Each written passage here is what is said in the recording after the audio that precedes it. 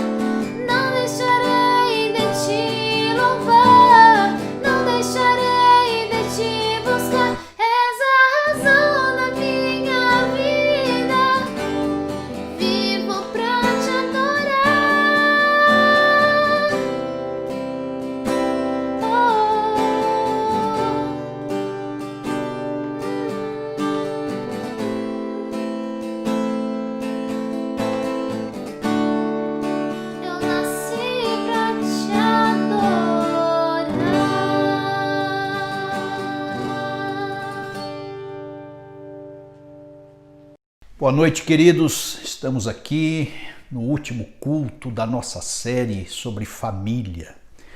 Nessa noite vamos falar sobre namoro, noivado. Mas antes quero pedir para você dar o seu like, divulgar este canal, fazer o nosso marketing, se inscrever no canal também. Eu quero pedir para você ofertar, contribuir. Nessa crise, eu sei, não está fácil, mas não deixe de semear na obra de Deus, na nossa igreja. Estamos em reforma, temos uma manutenção financeira mês a mês, não diminuiu, e eu tenho evitado fazer esse tipo de apelo, mas nesse momento é necessário. Conto com a tua fé, com a tua compreensão, com o teu envolvimento, você que tem sido abençoado, pessoas da nossa igreja. Eu tenho mais liberdade de falar, e você que tem ouvido, tem se sentido abençoado por estas mensagens. Semeie na obra de Deus, neste canal, os dados estão aí embaixo, fique na liberdade. Sem constrangimento eu faço isso, e faço contando com o teu envolvimento, com a tua maturidade e com a tua fé também, ok? Lembrando os irmãos que terça-feira, a partir de terça-feira, entraremos numa nova série de mensagens sobre oração. Vamos orar no nosso culto de terça, vamos falar de dons, ministérios, vocações e capacitação do Espírito. Na quinta-feira, a série de Efésios continua. Vamos, em junho, falar mais um mês sobre o livro de Efésios, capítulo 4, 5 e 6. Vamos bater esses capítulos. E a partir, então, do próximo domingo, entraremos em outras mensagens. Vai ser o fôlego que nós precisaremos para depois entrarmos numa série de pregações, talvez curta, não vai demorar muito, mas precisamos falar de escatologia, inclusive acerca do que tem acontecido. E a propósito disso, falar para que nos posicionemos sobre o que está acontecendo e não nos escandalizemos também. Precisaremos de algumas direções e neste momento, mais que nunca, ouvir a voz de Deus. Ok? Então, meu tema, uma escolha segura dos olhares ao noivado. Vou falar do ficar, namorar, noivar, até o noivado, né? Para ser uma escolha segura. Essa palavra eu já falei nos bastidores com os jovens da nossa igreja. Já tivemos uma mesa redonda sobre isso. Eu já abordei 2 pessoas na nossa igreja sobre esse assunto. Mas agora eu quero falar para toda a igreja. Então, os pais ouçam o que o pastor fala, orienta, diz, o que ele acha sobre o namorar, o ficar, o noivar, enfim. Claro que o peso maior disso está dentro do namoro. Então vamos finalizar essa série falando de namoro. Vamos orar? Pedir que Deus nos abençoe. Pai Celestial, nós te agradecemos por esta grande oportunidade de falar desse tema, de abordar esse tema, de observar a tua palavra. Não há um capítulo específico sobre isso, mas há pistas seguras na tua palavra, as quais podemos seguir e com segurança optar, escolher, exercer vontades, discernir situações e pessoas. É o que eu oro, Pai, e peço para que ocorra uma boa cultura na nossa igreja e nas demais igrejas, nos lares, na nossa sociedade. Esparrama esta cultura pela sociedade, porque ela é bíblica. E que estas pistas da tua palavra com relação a esse tema, a escolha de um parceiro, de uma parceira, que isto seja aprovado, legitimizado pelo Senhor. Abençoe, Pai, em nome de Jesus, esse momento. Fale com as vidas, fale com os jovens, fale com os pais, e que todos nós possamos ajudar uns aos outros, orientar não somente os pais em específico, mas todos nós como corpo de Cristo, como igreja, como família espiritual, que nos ajudemos e orientemos os jovens nas suas escolhas futuras sobre esse tema tão importante que é família, casamento, lar. É o que eu oro e te agradeço em nome de Jesus. Amém. Ok, queridos. Então, ficar. O que está por detrás deste verbo? Começa tudo com o olhar, conforme eu falei, um flerte, uma insinuação. Os peritos em relacionamentos colocam peso no olhar, e quando os olhares se cruzam, informações são transmitidas. Há um poder aí. Mas o ficar não tem na Bíblia. Como é que a gente adequa essa cultura do ficar? Na minha época, o ficar era um simples beijinho, na minha época de solteiro. Hoje o ficar tem um outro tom, é mais profundo, envolve até uma intimidade. Mas a Bíblia, nesse ficar da nossa cultura, para depois passar por noivado, é um estágio anterior ao noivado, o ficar. Pelo menos é o que eu estou entendendo. Eu não sei nem se existem mais tendências, se os jovens inventaram mais alguma outra coisa. Parece que tem umas ramificações aí no meio da mocidade sobre relacionamentos, sobre troca de parceiros, sobre experiências superficiais e profundas. Eu não estou muito inteirado, mas vamos ficar aqui. Então, volto a dizer, a Bíblia não aprova isso. É uma cultura que a Bíblia não tem.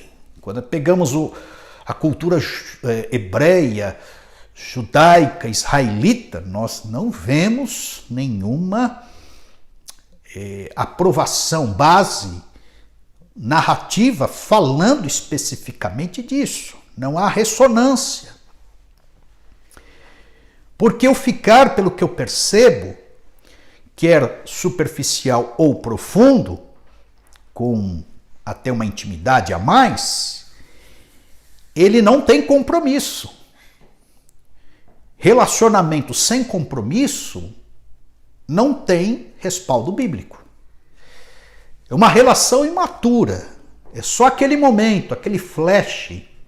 Os olhares se cruzaram, geralmente em ambientes de diversão, de balada, de fortes emoções, de viagens, enfim, é aquele momento e não dá prosseguimento à relação depois daquilo.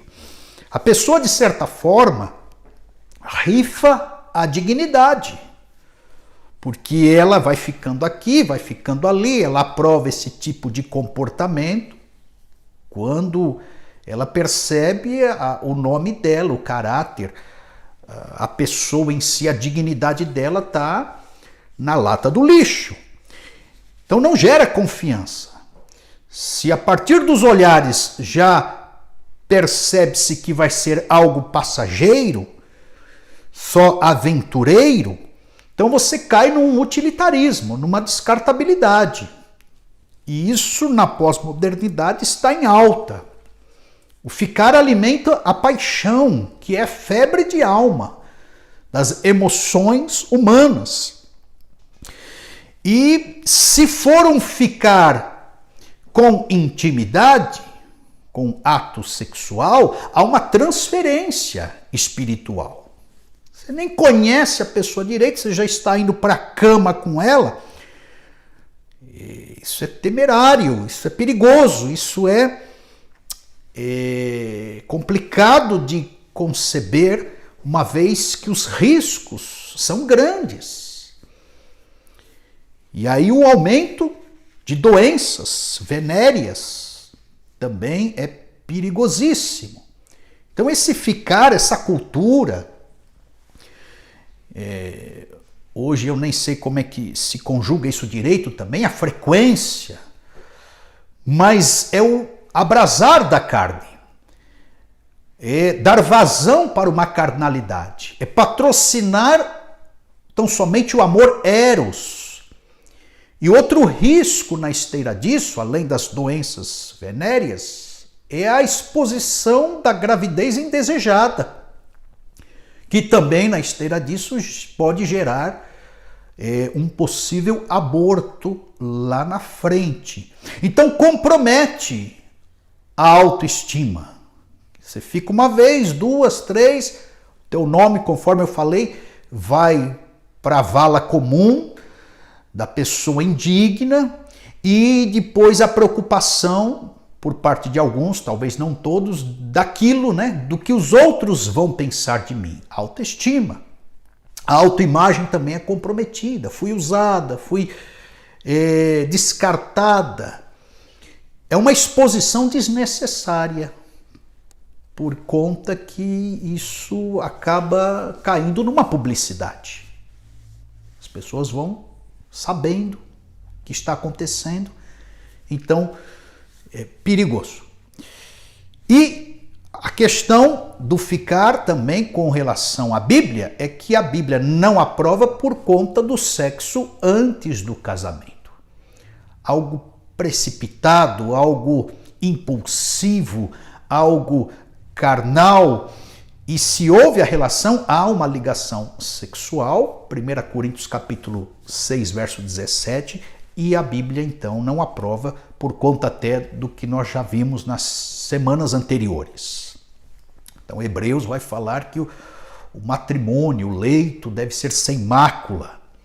A Bíblia fala de uma relação com compromisso, pavimentada com a verdade, debaixo da bênção de Deus, visando uma aliança. Deixará, já trabalhamos esse texto de Gênesis em Mateus 19, e diz lá, deixará o homem seu pai e a sua mãe e apegar-se à sua esposa, e serão os dois uma só carne.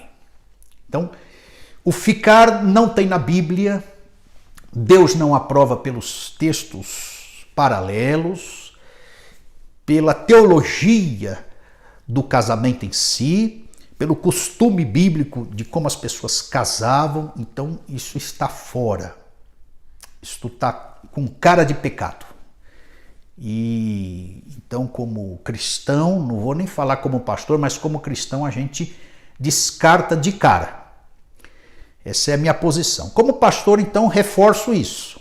Pastor da igreja de vocês, Batista Central, não aprova esse ficar. Vigie com isso. Então, você que é solteiro, jovem, adolescente, que está cheio de hormônios e começa a ebulir dentro de você essas vontades sexuais, você vai ter que refrear os impulsos e caminhar um pouquinho mais sozinho. Então, isso. Virando a página aqui, com relação a esse assunto, vamos olhar então qual era o costume bíblico. Comentamos isso já alguma coisa nos dias anteriores também. O costume era a escolha dos pais. Os pais arranjavam os casamentos para os filhos. Vamos pegar isso desde o Gênesis. O Novo Testamento recebe esse reflexo do Antigo Testamento. Eles poderiam até casar com primos, mas não num parentesco diretivo. Irmãos com os irmãos não poderiam, isso caracterizava incesto. Levíticos 18:6 vai comentar isso. Os moços casavam entre 18 e 24 anos. Alguns teólogos comentam isso, outros vão falar até menos, 15, 16 anos já estavam casando. As moças, depois da puberdade, já casavam. Teremos moças aí casando com 12 aninhos e meio, 13 aninhos. O Joaquim Jeremias comenta isso, um historiador. Então, elas casavam cedo e já começavam a procriar. Havia o dote pago para o pai da noiva, Deuteronômio 22, 29. Os casamentos eram feitos à base de arranjos pelos pais, então tinha um interesse social, tinha um interesse financeiro, tinha o interesse geográfico, visando as heranças, as terras, a geografia. Quando os pais estabeleciam a data de casamento, era um ano depois, então esse um ano era de noivado, Deuteronômio 20, verso 7, e eles partiam para esse período. Um ano depois casavam e tinha até que fazer o teste da virgindade na noite de núpcias, para que fosse provado que, de fato, a noiva estava casando sem contato nenhum com homens. O noivado tinha peso de casamento, já comentamos isso, e se houvesse adultério, inclusive no noivado, a noiva poderia ser apedrejada, rejeitada e ter carta de divórcio ou coisa parecida. E se houvesse uma gravidez antecipada, o filho não seria maldito e estaria debaixo da bênção de Deus.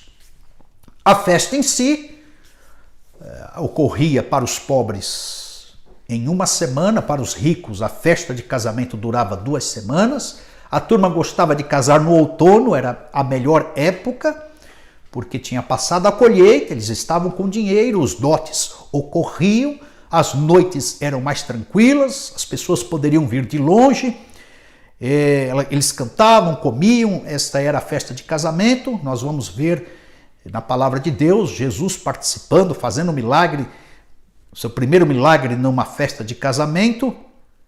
Os noivos dormiam, estava consumado então o matrimônio. Deuteronômio 22 fala isso também. Havia um folclore, algo místico, que o melhor dia para casar era na lua nova, dava sorte.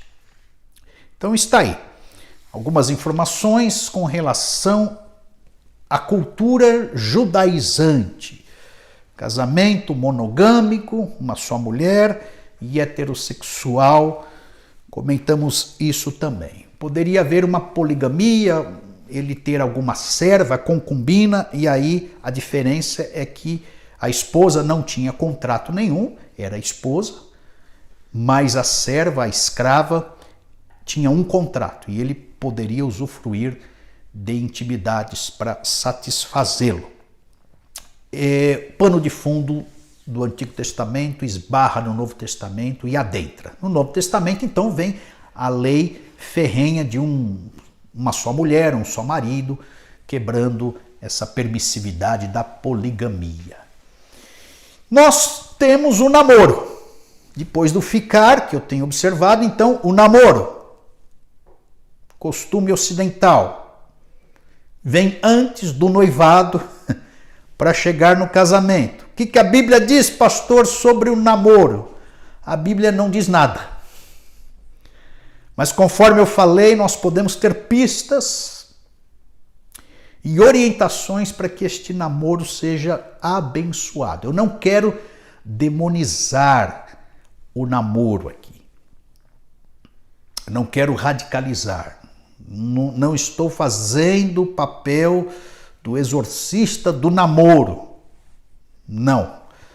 Eu quero só colocar algumas orientações para que você parta para uma escolha e venha crescer no teu relacionamento, um relacionamento sério, e case debaixo da bênção de Deus, conforme a palavra de Deus diz. E falo isso com relação àquilo que foi dito. Pontos explícitos, morais da Bíblia, a gente obedece. Pontos escandalosos, imorais, que a palavra de Deus determina, a gente refuta, a gente retrai, a gente exclui, amputa das vidas. E pontos neutros, culturais, amorais, a gente tem a liberdade, então, de continuar ou de excluir. Então, o namoro, eu vejo que é também um pouco esse ponto neutro, amoral, cultural. A Bíblia não fala, silencia, então eu quero deixar aqui algumas orientações para o namoro abençoado. Primeiro eu quero falar quando não é abençoado o namoro. Em primeiro lugar, o namoro não é abençoado quando é para passar tempo. Eu vou namorar para passar tempo. Eu vou namorar, mas não é para casar. Pronto, você já está se arriscando aí. Não é o ideal isso. Meu conselho para você é não namore. Se é para passar tempo, não namore.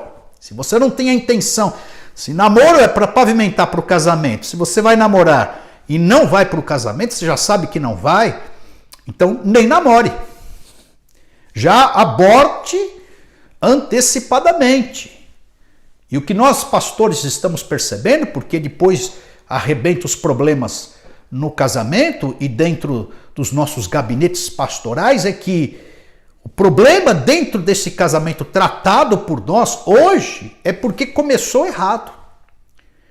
E a orientação que temos percebido e tido é: observemos como os namoros começam, para evitar problemas aqui, dentro do casamento. Em primeiro lugar, então, não será bênção se você namorar só para passar tempo. Segundo lugar, se for precoce. Eu estou namorando, mas eu nem saí das fraldas. Não namore. Não é tempo de namorar. Não é tempo de você se relacionar. Você não tem competência física. Você não tem inteligência relacional. Você não tem emancipação financeira. Você não tem peso espiritual para decidir se é ou não a vontade de Deus. Muito novinho, muito novinha, não namore. Claro que os tempos mudaram. Eu falei que as moças em Israel casavam com 13, 14 aninhos, 15. Hoje a turma está casando depois dos 30, são outros os tempos, eu sei disso. Está cada vez mais difícil. Como segurar essa gama de gente efervescente no sexo até o casamento na casa dos 30 anos, depois dos 30 anos. Eu sei que é difícil, mas tem gente aí com 12, 13 aninhos já namorando, então eu chamo isso de namoro precoce.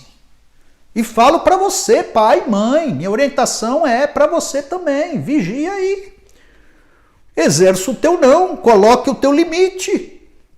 Com base, não tem base bíblica para isso, irmãos, mas eu tenho uma base que orienta. 1 Coríntios 6, 12, todas as coisas me são lícitas, mas nem todas convêm. Perceba que existem muitas variáveis, ações, comportamentos nossos em que nós nos enquadramos aqui. Minha pergunta para você é: convém namorar? Convém você deixar teu filho de tantos anos namorar? Convém? Responde aí, porque é um campo neutro, cultural, amoral. Não há um verso específico na Bíblia falando não namorarás. Não tem. Temos que construir uma teologia, e é o que eu estou tentando fazer aqui. Ok? Terceiro lugar, não vai ser bênção quando ele estiver enraizado na nossa cultura pecaminosa do ficar, de forma libertina. O mundo, novamente, eu tenho que pegar um texto para amparar, sem querer violentar a hermenêutica bíblica. João 5,19, a epístola do apóstolo. Sabemos que somos de Deus e que o mundo inteiro jaz no maligno. Tem uma gama cultural com elementos demoníacos na nossa cultura. Nós temos que discernir.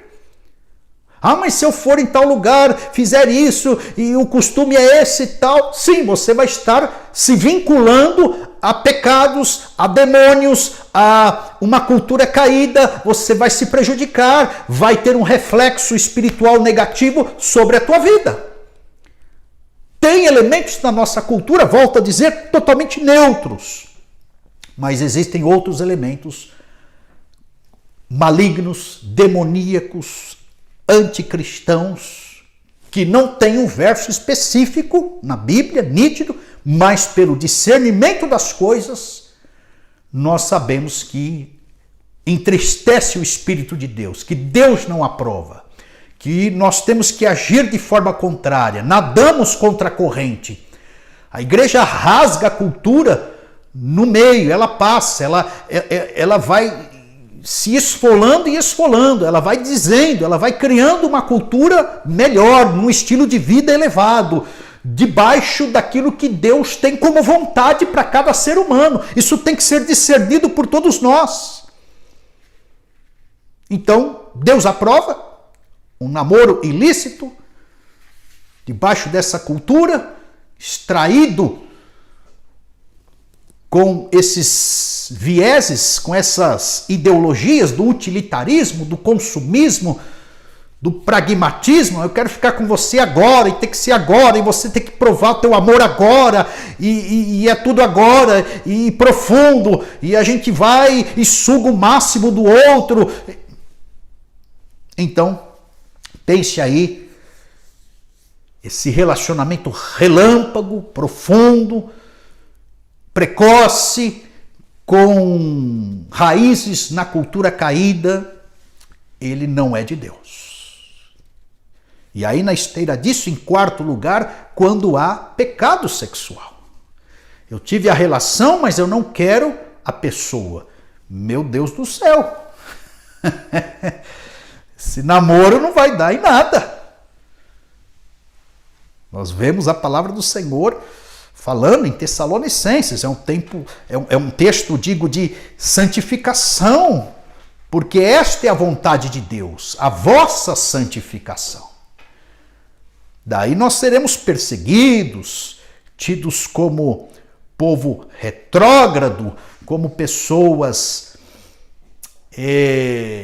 desinformadas, como gente tacanha, como pessoas do século passado, enfim, os rótulos que virão sobre o cristão que quer andar na palavra de Deus, visto por este mundo, serão todos negativos, mas está aqui, Deus quer a nossa santificação, que vos abstenhais da fornicação.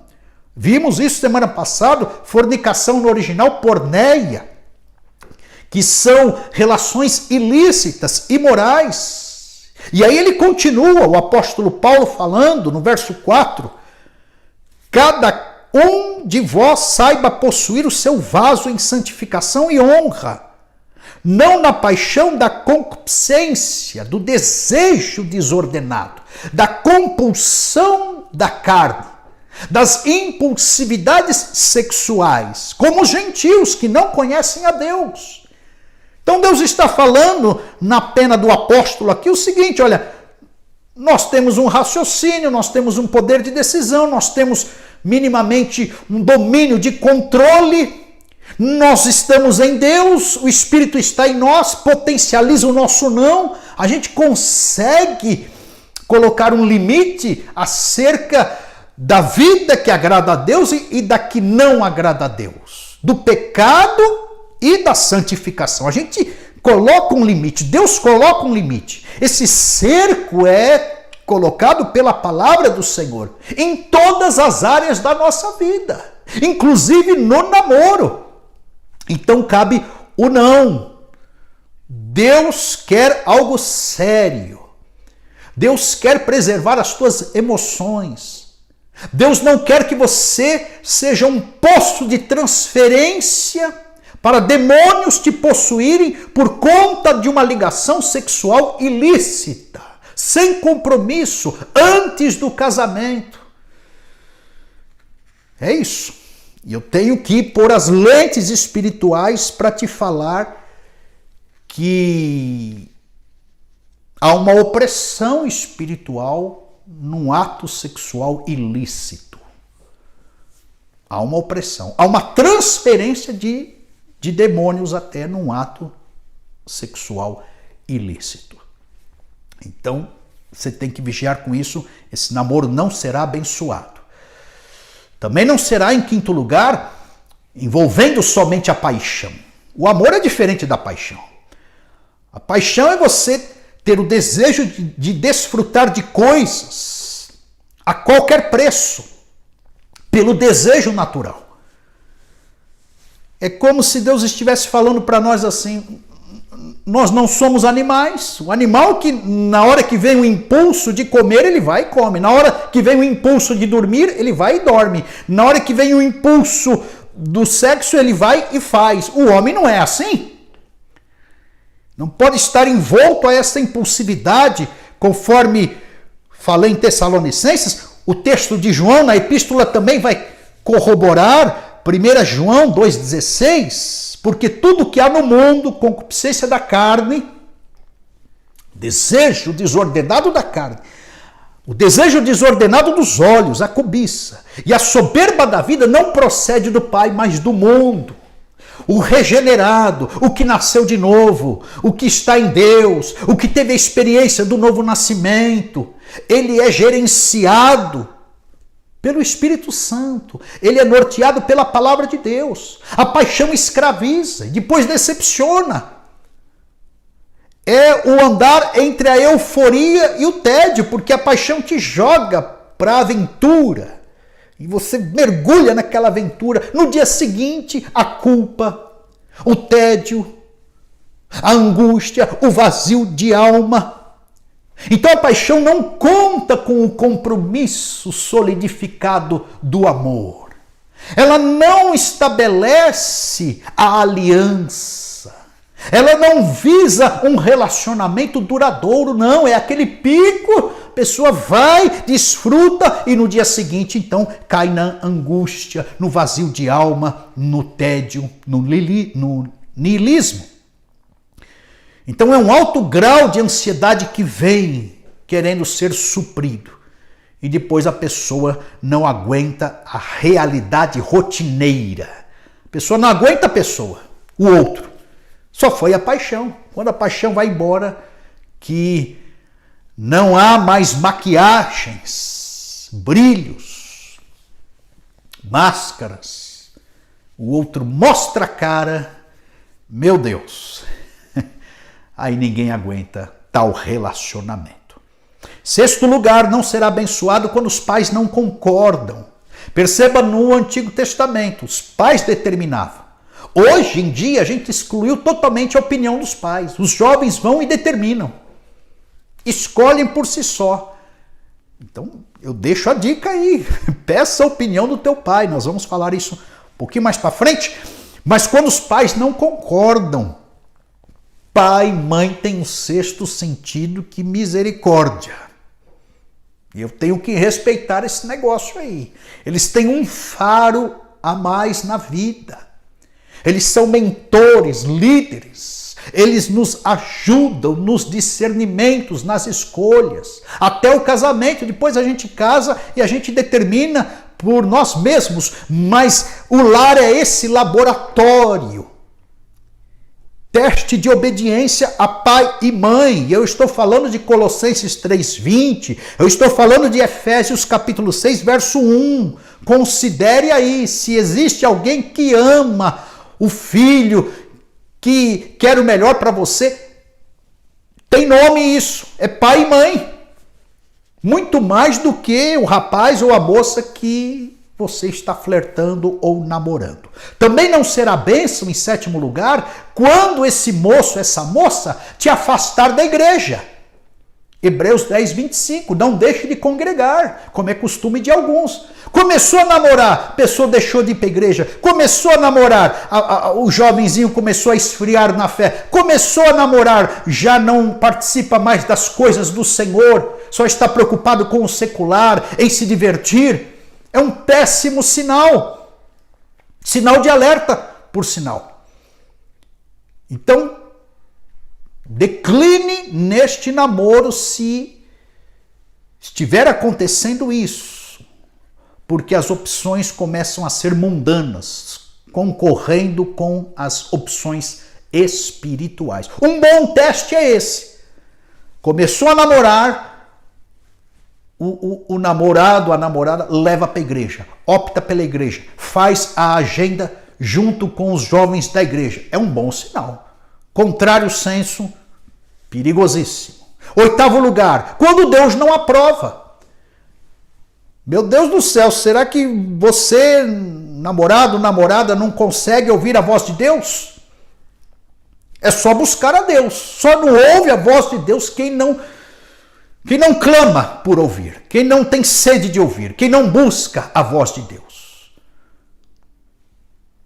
Então, eu quero crer que você tem espiritualidade suficiente, sensibilidade, uma vez sendo criatura de Deus, sendo filho de Deus, sendo redimido pelo Senhor, comprado pelo Senhor. Você não tem o mínimo de expediente para sentir, para ver, para ouvir se Deus aprova ou não, o que Deus diz deste relacionamento, desse moço, dessa moça. Por quê? E eu trago aqui a cena, o 2 Coríntios 6,14, do jugo desigual. Você sendo um cristão, a outra pessoa não sendo cristã, já é algo a ser considerado, muito importante. E aí a gente cai em 1 Coríntios capítulo 7, texto que trabalhamos em parte na semana passada. Vai ser um casamento com fés díspares. Um crê, outro não crê.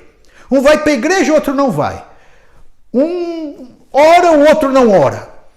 Um busca Deus, o outro busca o diabo. Pronto.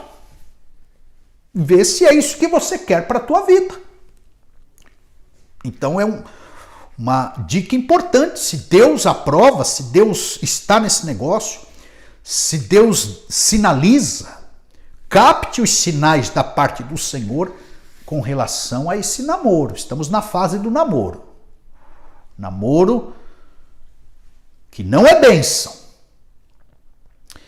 E quando que o namoro é bênção, então? Vamos virar a página aqui mais uma vez. Quero dar pistas. Vão esbarrar as pistas, mas não tem problema ser redundante num assunto tão importante como esse. Em primeiro lugar, namoro vai ser bênção quando você estiver em oração, discernindo a vontade do Senhor. Que é o contrário disso aqui.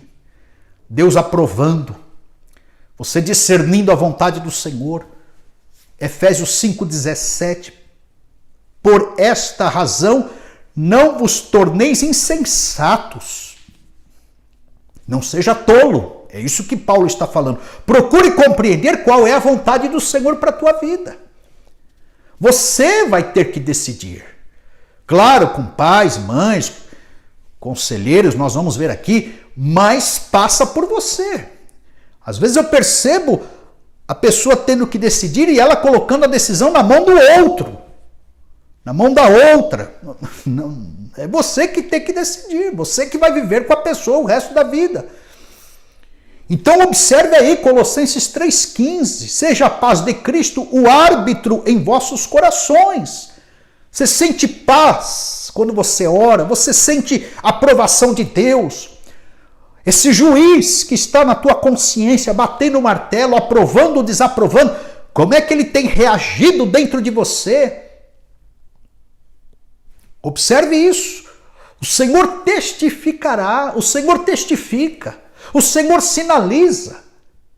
Filipenses 4,7, e a paz de Deus, que excede todo o entendimento, guardará o teu coração e a tua mente em Cristo Jesus. Eu percebo que a pessoa vai indo, aqueles que buscam a Deus, quando o outro é picareta, Deus traz à tona as coisas ruins, Deus levanta o tapete, Deus envia sinais de longe, até já presenciei isso. Noivados sendo desfeitos, namoros sendo desfeitos, porque o outro não era de Deus, porque o outro estava encenando, porque o outro estava mascarando uma situação. Deus é fiel, Deus fala. Basta nós termos ouvidos para ouvir.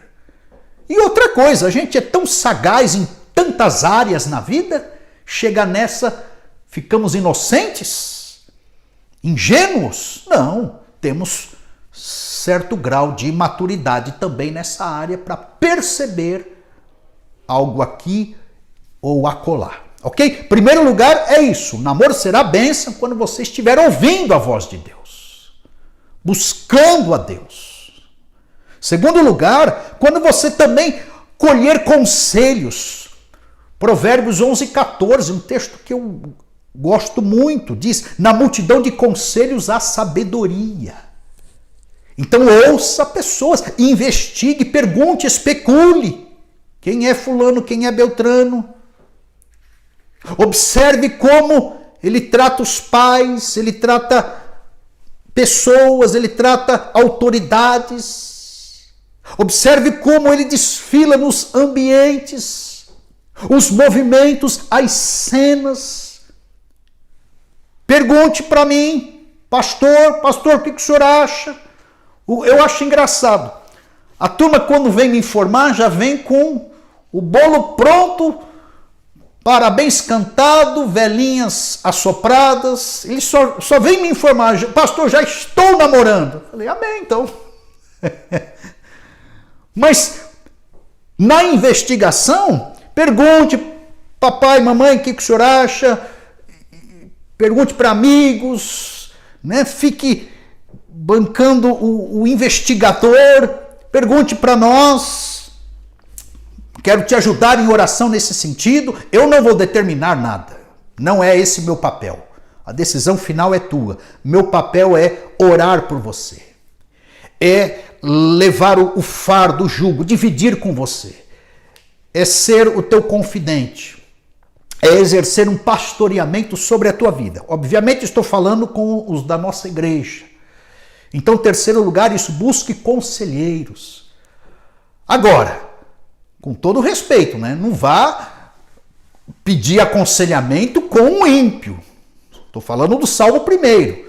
Não se detenha no conselho dos ímpios, não pare no caminho dos pecadores, não se assente na roda dos escarnecedores. Você vai pegar conselho com essa turma aí, você já sabe que você vai se prejudicar. Especule com gente que te ama, com gente que quer o teu bem, com gente que aposta em você, que não quer que você se prejudique, que não é concorrente tua, que não tem inveja de você. Aí você pergunta. Nos bastidores, na surdina, de forma discreta. Aí nós vamos tabular uma conversa porque queremos que você se dê bem na vida. Terceiro lugar, o namoro será abençoado quando você pedir, então, na esteira disso, a opinião dos pais. A opinião dos pais. Onde está isso, pastor? Verso bíblico. Conforme eu falei, não tem de forma diretiva, mas 1 Pedro, capítulo 5, verso 5, fala: rogo igualmente aos jovens, sede submissos aos que são mais velhos. O pai fala: não quero que você namore, quero que você namore, pode namorar, não pode namorar. Obviamente que eu estou falando de um solteiro que está debaixo das asas do papai e da mamãe. Mas pode até ser um solteiro maduro. Considere o que o teu pai fala. Considere o que a tua mãe fala. Considere. Não acho isso ruim, não. Os pais viveram mais, têm mais experiência, conseguem discernir um pouco mais. Desculpe estar sendo redundante nisso, mas mesmo que não houve um bom legado, meu pai não é tão exemplo assim, minha mãe não deu tanta educação, meu berço foi falho, não tem problema. Então a Bíblia diz: obedeçam os pais e honrem a eles. Minimamente colha a opinião, honra todos nós devemos aos nossos pais, inclusive depois de casados. Obedecer depois de casado não precisamos, mas honrar depois de casados nós precisamos. Então considere o que o pai e a mãe falam. Quarto lugar, dentro desse clima de autoridade e submissão, aceite as regras impostas pelos pais. Vai ser bênção esse namoro. O pai fala: eu quero que você chegue 10 horas da noite. Chegar 2 da manhã. Então, hora, lugares, limites. Efésios 6, 2. Honra teu pai e a tua mãe. Aquilo que eu acabei de falar, que é o primeiro mandamento com promessa. Quer começar bem? Verso 3. Para que te vá bem e sejas de longa vida sobre a terra. Fazendo aqui um comentário, abrindo um parênteses.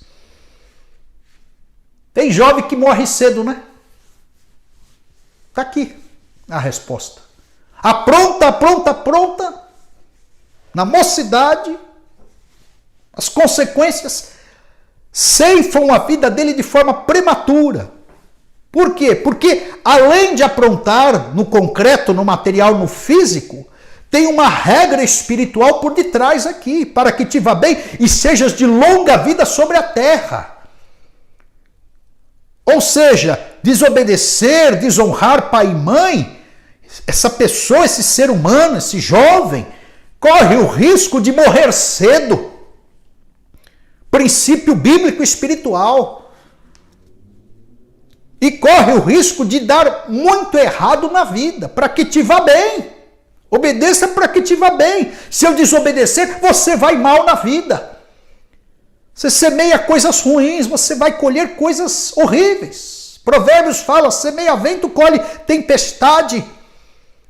Então não comece errado a tua vida sentimental, conjugal, relacional. Não comece errado. Comece debaixo da bênção dos pais também, porque a bênção do Senhor vem na esteira disso, da bênção dos pais. Então aceite as regras impostas aí. Eu sei que isso é complicado, complexo, porque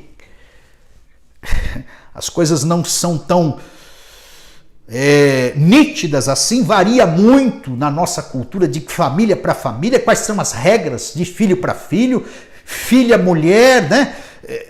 É uma regra, o homem, né? O filho macho, a regra é mais afrouxada, eu sei disso, mas que vocês, filhos, obedeçam vossos pais. Muito bem. Quinto lugar, o namoro é abençoado quando a aparência do mal é evitada. 1 Tessalonicenses 5:22. Abstende-vos de toda aparência do mal.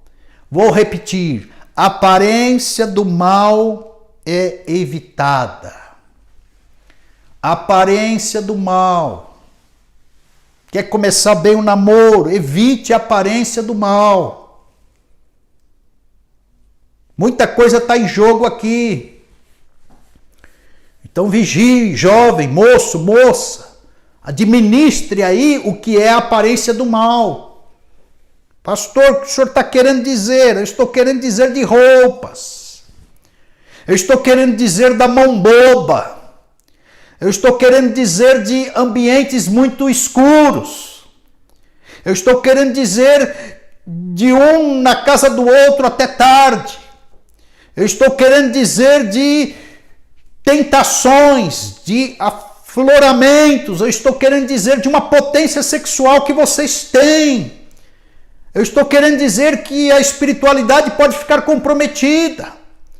Eu estou querendo dizer que o namoro é no sábado à noite e no domingo à noite você está aqui no culto, ministrando, tocando, adorando, glorificando a Deus. Eu estou querendo dizer da vida, que você vai ter que administrar isso. Coisas perigosas, situações insinuantes, ambientes escorregadios, o excesso de isolamento, a ausência de luz, é isso que eu estou querendo dizer. Agora, descer a mais detalhes aí na internet não dá, né, meu irmão, minha irmã? Aí você marca um horário comigo e aí eu te passo toda a cartilha, se você não se escandalizar. Mas você já captou o que eu quero dizer. Cuidado com esse aconchego excessivo, é isso que eu quero dizer. Esse excesso de carícias, esses toques, essas liberações que cairão em libertinagens. É isso, meu irmão. A gente vai pegando fogo. Eu quero dizer que você é normal. Se está acontecendo isso, pastor, graças a Deus você está com saúde, meu irmão, minha irmã. Vocês são normais, graças a Deus. É isso mesmo. A potência sexual aflorada, a gente quer consumar o ato, mas tem que administrar, porque é só um namoro. Então você tem que refrear muito antes. É isto que eu quero dizer nesta administração da aparência do mal. Amém, meu irmão? Nós vamos ver aqui, para não queimar etapas. É ruim, prejudicial. Os efeitos são drásticos nesse sentido. Ainda mais você sabendo da lei de Deus, você tendo o Espírito no teu coração, você sendo uma pessoa que anda nos caminhos do Senhor. É isso. Então, quando se busca em sexto lugar, na esteira disso, né, a santificação. Ali está o limite. Coríntios, capítulo 6, que fala de uma questão sexual terrível, o afilhado tendo relações ilícitas com a madrasta, um incesto dentro de um lar. Estamos falando da igreja de Corinto, uma igreja permissiva.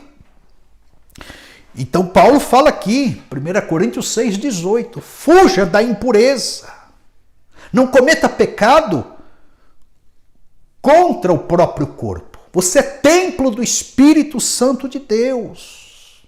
E ele fala aqui no verso 18 da imoralidade. Da imoralidade que o sexo causa. E hoje está muito facilitado a imoralidade. Você dá um clique, você já cai nela. Você passa o dedo no celular, você já entra nela. Você vasculha 2, 3 horas na internet, você já abastece a imoralidade. As coisas estão facilitadas. Na segunda carta aos Coríntios, capítulo 7, verso 1, purifiquemo-nos de toda impureza, aperfeiçoando a nossa santidade no temor de Deus. Então, meu irmão, o caminho do resguardo, da purificação, da santidade, não quero bancar aqui o pastor Piegas, não, é o melhor para você permanecer debaixo da bênção de Deus e subir até este altar e Deus te abençoar. Eu falo isso com temor e tremor, até indo contra certos colegas, pastores que já estão abrindo mão, falando, pastor Sérgio, tal, não dá para segurar mais, 60% já se perdeu, a turma está assim mesmo. Eu sei de tudo isso. Mas eu deixo ainda esse conselho para você se resguardar. Para você, moço e moça, se preservar. Eu sei, a pressão é grande. Eu já tive a tua idade, eu já passei também por essa fase. Foi difícil, não foi fácil. Deus deu graça, livrou de muita coisa. Mas Deus pode te livrar também. Aquele que está em pé, cuide para que não caia. E o texto bíblico vai falar, não vem tentação senão humana. Deus é fiel, juntamente com a tentação proverá livramentos. Há poder disponibilizado para Deus nos livrar. Falo isso com temor e tremor e até contrariando a cultura caída. Não dá para aceitar. Uma vez que Deus deixou um padrão dos fiéis. Boas obras, diz Paulo aos Efésios, para que andemos nela. Então falo a solteiros que estão migrando de olhares, namoro, caminharão os que já estão no noivado. Estou falando para você chegar num casamento debaixo da bênção de Deus. Vou ter o maior prazer de invocar a bênção de Deus sobre a tua vida. Você já é abençoado. Só vou fazer uma liturgia e orar por vocês. E falo também aos pais. É um conjunto. A igreja como família, vocês no núcleo familiar têm que interagir. Não fique negligente, alienado, não se ausente de dar a tua opinião, de colocar uma regra saudável, de investigar, de orar, de interceder, de ficar de olho. Não se ausente disso, que nós estaremos contribuindo para bons casamentos no futuro. Então, 7º conselho aqui, não queime etapas. Não queime etapas. Eclesiastes 3:11, tudo Deus fez formoso no seu tempo devido. Então é maravilhoso, nós temos visto aí, já vi, os dois exemplos, os dois lados da moeda. Gente queimando etapa e gente não engravidando antes do tempo, se preservando, administrando a vidinha e subindo no altar de posse da vitória. Então, vigie nisso, meu irmão. Tudo tem o seu tempo determinado debaixo do céu, diz o capítulo 3 de Eclesiastes. Observe aí, moço, moça. Você está entendendo? Vença a hereditariedade. É meu 8º conselho para você ter um namoro abençoado. Pastor, o que é isso?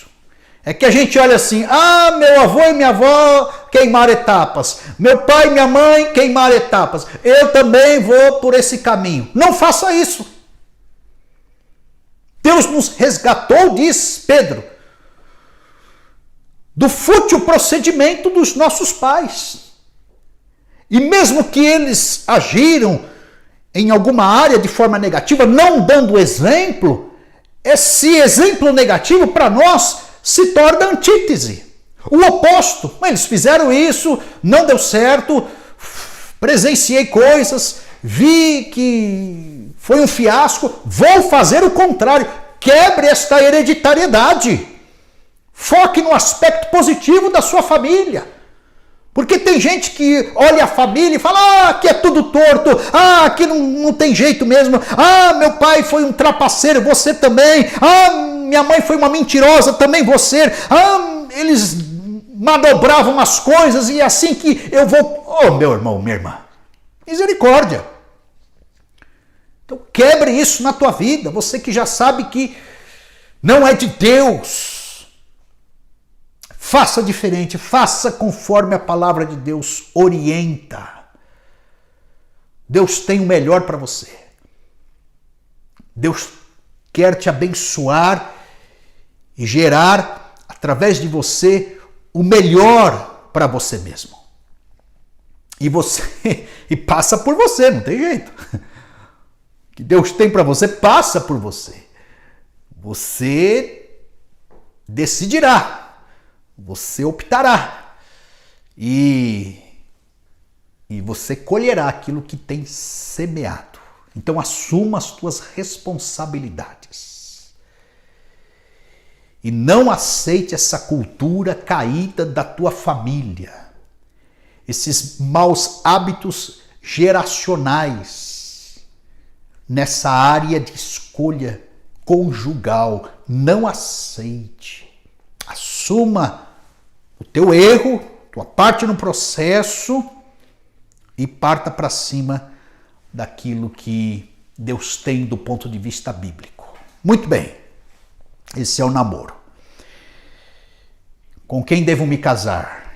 Essa é uma pergunta de Luiz Palau, num livro muito resumido dele, e eu deixo para você aqui como dica. É do olhar ao noivado. Então, com quem eu devo namorar sério para depois me casar? Ele trabalha 12, 13 perguntas. E eu quero resumir aqui rapidamente como conclusão desta palavra. Primeira pergunta: é convertido? É convertida? Porque é uma escolha que você vai gerar e vai levar até a morte. É até que a morte os separe. É aquilo que ajuntou Deus, não separe o homem. Serão os dois uma só carne. Primeira pergunta dele, na escolha do cônjuge. Você vai namorar e é convertido? É convertida? Segunda pergunta, sinto vergonha dele? Sinto vergonha dela? Porque se você sente vergonha, você vai ficar muito desconfortável em certos ambientes, você não vai conseguir desfilar com o teu parceiro, com a tua parceira. Então desista antes. Nem comece uma relação aonde você não se sente bem com ela. Você tem que honrá-la. Matrimônio é honra ao cônjuge. Mulher virtuosa é coroa do marido e vice-versa. A vergonha gera humilhação, a pessoa vai pisando, vai inferiorizando. A honra gera o elevo. Essa é a segunda pergunta. Terceira pergunta, se você considera ela inferior. Consequentemente, você vai pisar. É nisso que eu estou falando. E a Bíblia fala para você considerar o outro superior a si mesmo. O cristianismo trata o outro desta forma, como nós gostaríamos de ser tratados. Então, se você considerar o outro inferior, uma pessoa ridícula, uma pessoa desprovida de qualidades, até não merecedora de elogios, de honras, é sinal de que você já entra numa relação como prepotente, como soberbo, como egocêntrico. Não vai dar certo. Quarta pergunta, sinto respeito por ele, por ela? Há um respeito na relação? A palavra de Deus diz em Coríntios que o amor não se alegra com a injustiça. Obviamente há o respeito, há a justiça, há a igualdade, a equidade, os direitos são respeitados. Há uma equação relacional maravilhosa aí, logo de início. Não há. Acaba com esse namoro.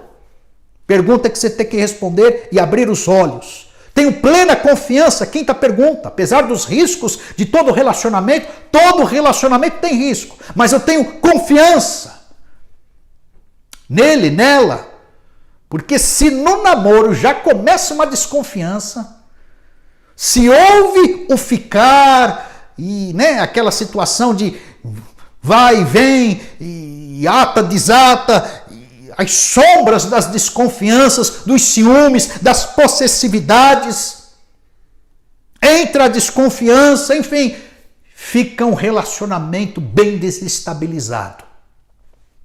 Você tem que responder. Não, apesar do que aconteceu, eu tenho confiança. Confio sim, porque muitas sombras ficam no decorrer e no início da relação e estouram lá na frente no casamento. Ciúmes doentio. Sexta pergunta, há diálogo? Vocês têm conversado por muitas horas, tocado em temas e assuntos importantes? É agora. Se faltar diálogo, vai entrar a mão boba. Se faltar a oração, vai entrar o toque, os aconchegos, os excessos de carinhos. Então, e agora é a hora de falar das coisas, para caminhar para um noivado sério também. O que você quer da vida, quanto que você ganha, aonde vamos morar, quais são as nossas condições, você estuda, não estuda, e etc e tal. Você vai me tirar da casa do meu pai, você sai da casa da tua mãe, e quais são as tuas ideias? Você quer ser o que no futuro? Daqui 5 anos, como é que você quer estar? Daqui 10 anos, 20 anos, e a igreja nisso, e Deus nisso, e os meus pais, aonde eles entram, e os teus pais, aonde eles entram também. Diálogo de diversos assuntos. Tem que ter. Sétima pergunta, se estou disposto a esperar. É porque tem meia dúzia de engraçadinho que fala assim, prova o teu amor agora, quero saber se você me ama mesmo, então vamos para os finalmente. E a palavra de Deus diz que o amor é paciente, tudo espera, tudo suporta. Se ama, vai esperar. Se ama, vai construir com você. Se ama, vai aguentar esse jugo da solteirice. Se ama, não vai colocar a carroça na frente dos bois. Se ama, não vai te defraudar. Estou falando na réplica também, com vice-versa. Então, vida de solteiro é um tempo de consagração para a vida de casado. Depois vocês vão casar, vocês vão ficar muito mais tempo casado do que solteiro. Fique tranquilo.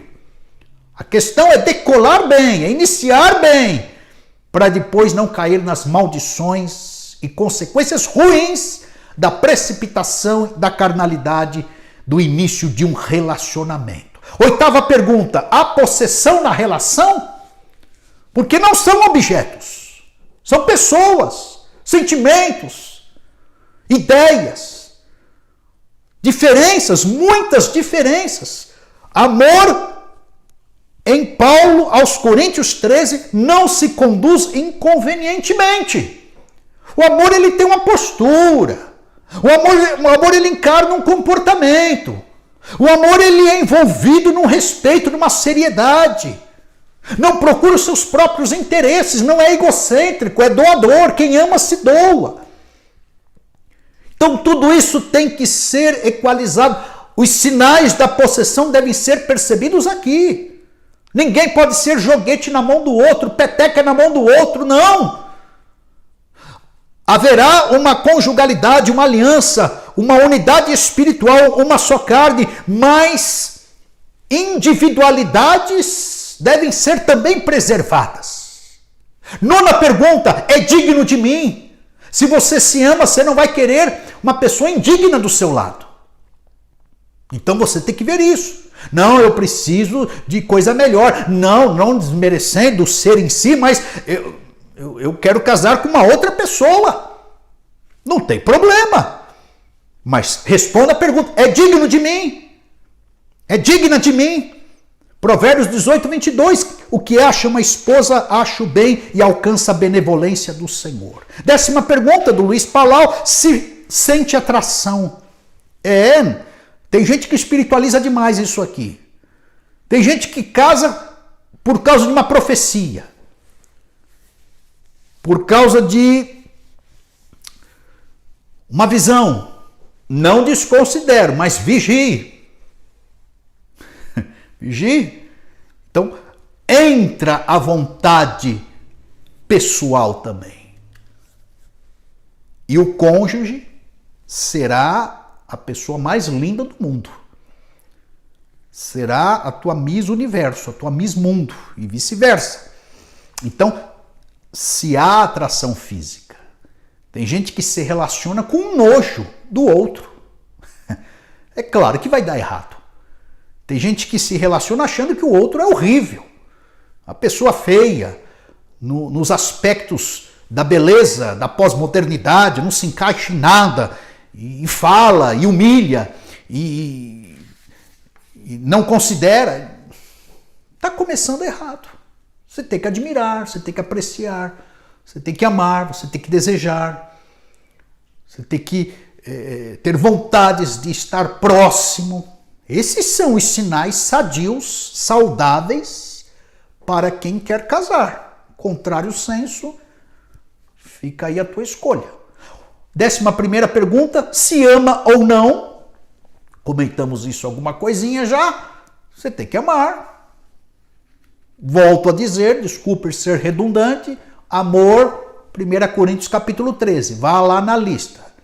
O futuro do amor, falamos disso semana passada.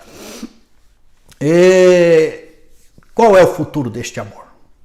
Então, se você não se vê com essa pessoa, no futuro, desista agora, porque está fadado ao fracasso. Então, você escolhe de um lado, concluindo esta parte, a escolha passa por você e você escolhe junto com Deus. São duas verdades existindo lado a lado. Deus vai ser consultado, os pais, a igreja, enfim, e é uma construção de resposta à escolha do cônjuge. E aí cai então no noivado. Noivado. Então nós temos visto o retrato da família brasileira,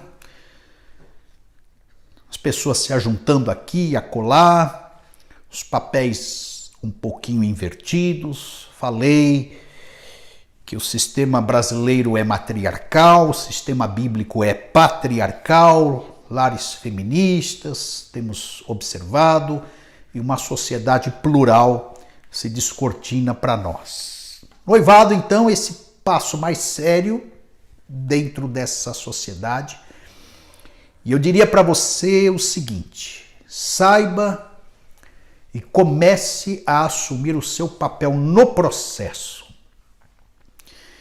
Então, comece a observar já as coisas para dentro de um lar, tua postura já como em perspectiva, né? Como um futuro marido, como uma futura esposa. Meu conselho aqui é que não demorem para casar, uma vez consolidado esse noivado, não demorem, porque a carne vai gritando, e aquele texto de Coríntios, se estão se abrasando, é melhor casar do que viver abrasado. Aumente a visão das coisas, da investigação, as dimensões, os lugares. Volto a dizer como ele trata o pai e a mãe, como ela trata o pai e a mãe, se há submissão na cadeia hierárquica da vida. Em todos os lugares, uns mandam e outros obedecem. as regras relacionais, morais, sociais, tudo isso tem que ser observado. O ditado é assim: na fase do noivado você abre o olho, porque depois que casar você tem que fechar o olho e levar esse casamento até as últimas consequências. Meu primeiro conselho é esse. Então comece já a se posicionar de forma mais comprometedora no processo. Firme a tua identidade em Deus. Você é filho de Deus, você é filha de Deus. Falo isso por quê? Porque aí está a base do sucesso do teu futuro casamento também. Se o Senhor não edificar a casa, Salmo 127:1, em vão trabalhos que edificam. Então é muito fácil a gente partir para o secularismo, para as conquistas, a compra do enxoval, os detalhes da casa, o acabamento do apartamento e deixando Deus de lado. Todas essas conquistas serão derrotas se Deus não edificar essa casa. Então comece o exercício espiritual aí, a edificação da casa em Deus. Lembrando que Deus nivela homem e mulher, mas no sistema familiar, o líder dentro de casa, esse degrau é estabelecido pelo Senhor. Então não há acepção de pessoas. A mulher não é inferiorizada em momento algum. Gálatas 3:28.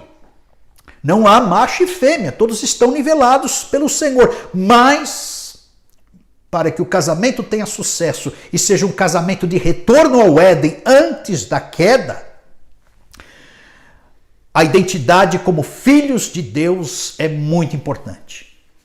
Porque entenderão as funções e exercerão as posições debaixo também da hierarquia colocada por Deus. Eu estou falando que haverá lealdade, honra, gratidão, companheirismo, compaixão, flexibilidade, confiança, cumplicidade, troca, mutualidade de amor de uma forma leve, suave. O fardo deste casamento será leve e suave porque Jesus está reinando. Terceiro conselho: vença o eixo do mal. Que eixo é esse, pastor Sérgio? Estou falando de dinheiro, poder e sexo. As pessoas pensam assim: coloquei a aliança na mão direita, sou noivo, estou com o pé no altar. Vamos liberar um pouco mais. Pois é, não faça isso. Segurou até agora, aguentou até aí. Parta para cima dos finalmente e Deus estará te abençoando. Então você vence esse eixo do mal, mal no sentido pernicioso, que eu estou falando, enquadrando aqui a questão sexual, se santificando. Ou seja, em outras palavras, continue se santificando mesmo no noivado.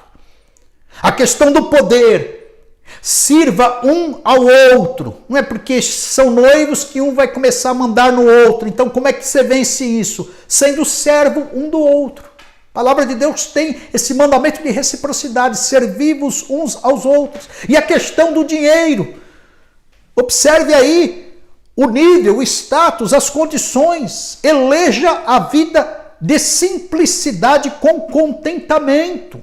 Tire desta fase a tirania da perfeição. Porque começa, né? A gente precisa desta marca, morar nesse bairro, comprar aquilo, e nem sempre é possível nesta fase ainda.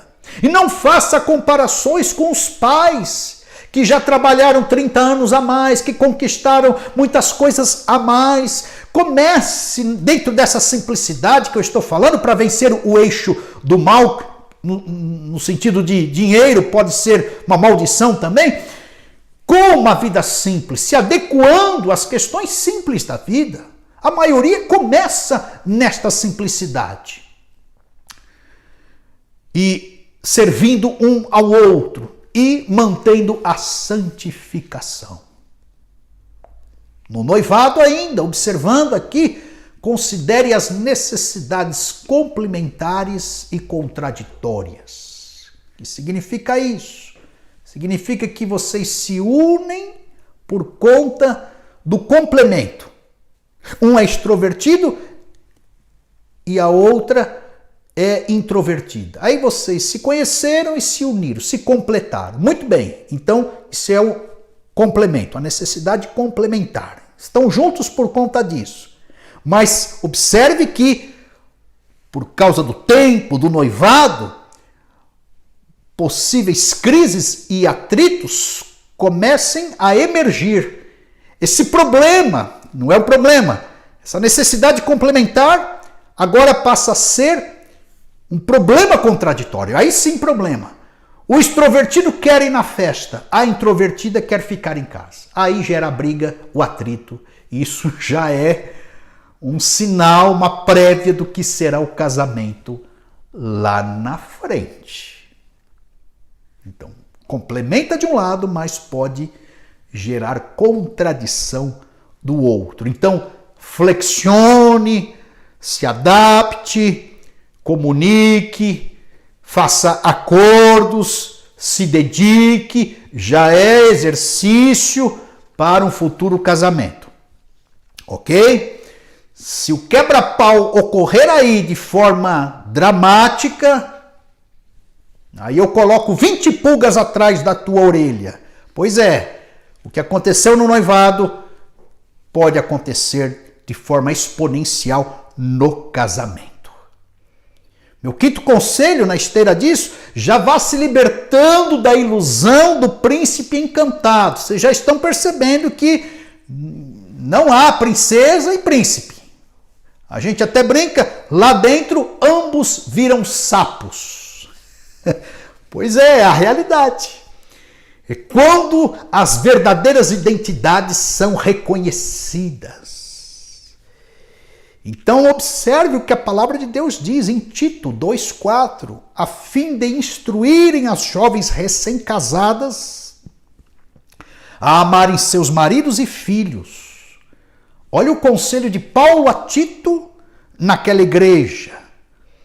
Que as moças recém-casadas não tivessem o devaneio, casavam cedo, tinham devaneio, já queriam abandonar o lar, era uma cultura, se eu não me engano, naquela região. E Paulo fala, elas precisam ser sensatas, honestas, boas donas de casa, bondosas, sujeitas ao marido, para que a palavra de Deus não seja difamada.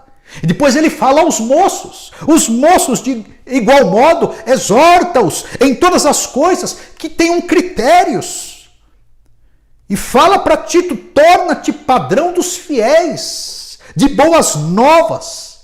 No ensino, mostre integridade, reverência, linguagem sadia, irrepreensível, para que também o adversário não envergonhe. Vocês não fiquem envergonhados por conta do mau testemunho, não tendo indignidade nenhuma que dizer a nosso respeito. Ou seja, comportem-se no namoro, liberte-se aí da perfeição, das ilusões, vá mais para a realidade nesta fase de noivado, digo.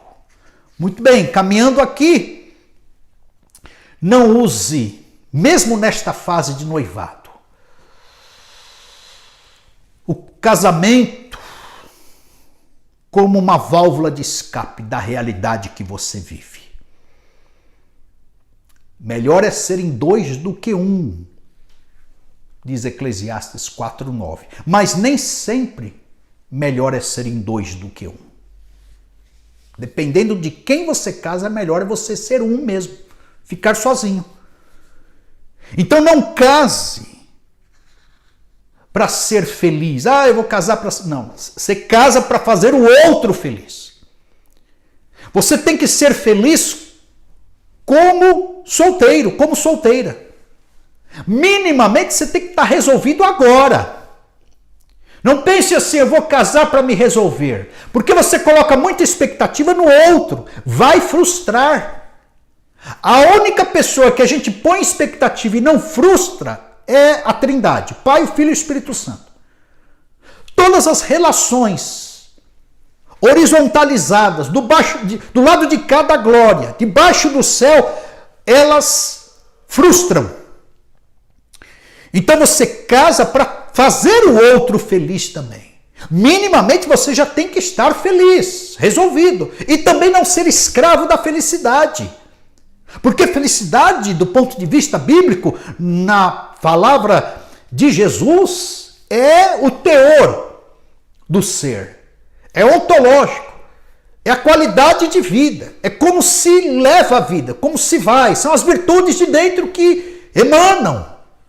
Não é status, não é momento, não é endereço, não é marca. Não são coisas materiais. Felicidade. Então não case tão somente para ser feliz, mas para fazer o outro feliz. Não case para sair de casa, por conta do clima, do ambiente. Porque se você já tem um problema, você vai ter 2 problemas ou mais até. Não case para esquecer o ex. Ah, vou casar para esquecer o ex-marido, o ex-amante, o ex não sei o quê. Imagens do passado. Não faça isso. Não case por causa do dinheiro do outro. É falso esse casamento.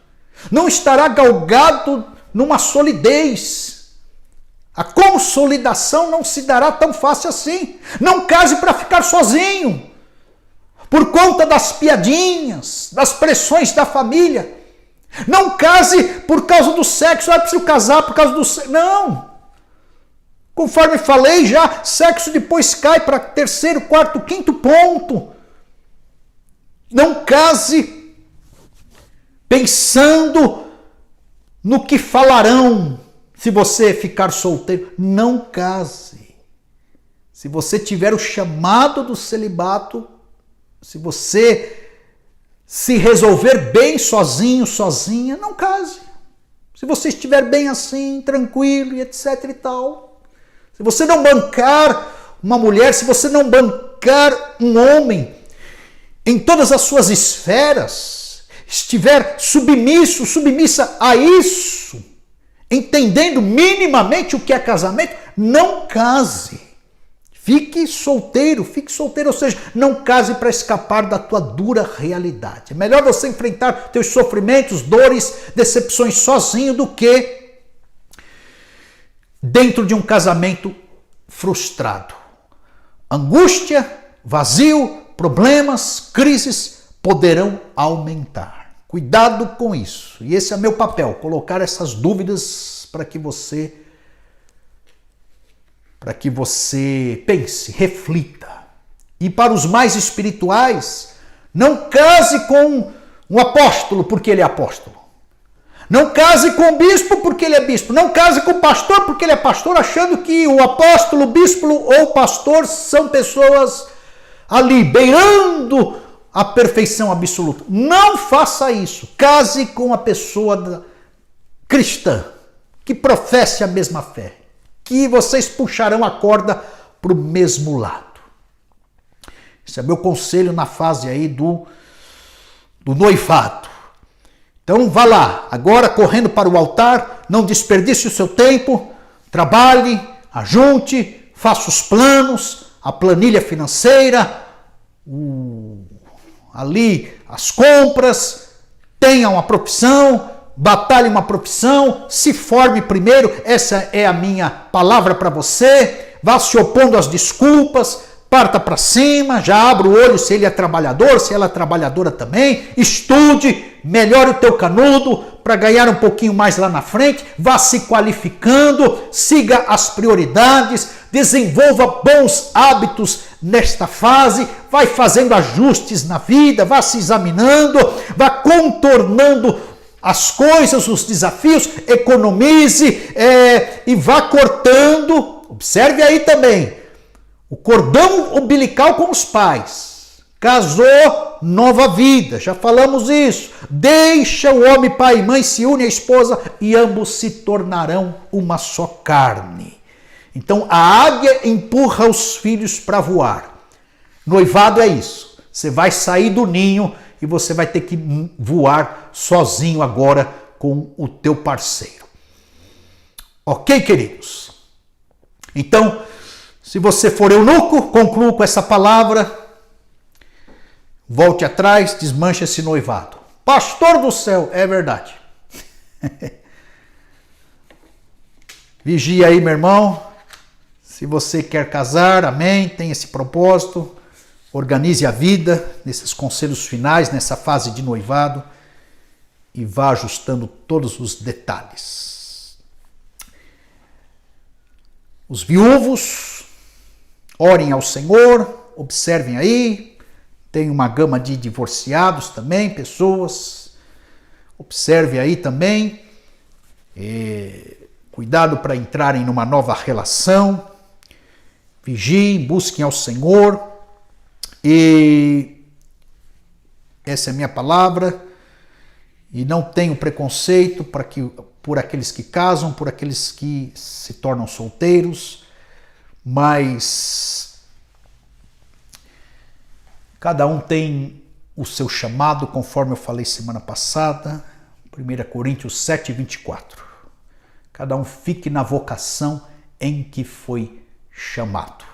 Você não será menos filho de Deus, você não será menos abençoado ou mais abençoado se casar ou se não casar. Que Deus te abençoe e que todos nós aprendamos com essa palavra. Solteiros, namorados, noivos, pais, mães, vamos caminhar e ajudar uns aos outros, uma vez que a gente caminhou um pouco mais e tem um pouquinho mais de experiência na área matrimonial. Vamos orar. Senhor, em nome de Jesus, eu oro e peço a tua bênção sobre a nossa igreja, sobre homens e mulheres, sobre jovens. Deus, são várias as situações. Aqueles que são solteiros estão investigando a escolha. Vem preparar os casamentos certos na tua casa. Os noivos vêm confirmar, preparar todas as coisas, abençoar a vida de todos eles. Os casados, Pai, em nome de Jesus, derrama o teu poder e desfaz todo o mal, todo o sofrimento, todo o atrito, quebra toda a ação do inimigo, toda a maldição dentro de casamentos, livra de divórcios, de repúdios, livra das mesquinharias dos corações. Viúvos, solteiros adultos, divorciados, abençoe, Pai. Pessoas que optaram pela vida de solteiro, abençoe, em nome do Senhor Jesus Cristo. Invoco, Pai, a tua bênção, a tua sabedoria, que haja decisões no temor do Senhor. Eu sei que o Senhor quer preparar novos casamentos também nesta fase para este viúvo, até mesmo para um divorciado, enfim, Senhor, esta área difícil de lidar por conta das marcas do passado, mas o Senhor é Deus que cura, o Senhor é Deus que restaura, o Senhor é Deus que faz, restaura casamentos e prepara novos casamentos. Em nome do Senhor Jesus Cristo, nós queremos, todos nós, ficar debaixo da tua soberania. Em nome de Jesus, abençoe. Abençoe a nossa igreja, abençoe este que está ouvindo, este que recebeu esta ministração, estas orientações, este homem, esta mulher. Deus, sela esta campanha. Passamos este mês inteiro falando de família, de homem, de mulher, de noivado, de namoro, de casamento. Abençoe esta campanha e vem solidificar para que o pecado diminua e para que o teu nome seja glorificado através das nossas obediências. É o que eu oro em nome de Jesus. Que o amor de Deus, a graça do nosso Senhor e Salvador Jesus Cristo e a sabedoria, a ilustração, o foco, a direção, a profecia, o guia que é o Espírito Santo seja com a tua vida, em nome de Jesus. Que Deus te abençoe, meu irmão, minha irmã.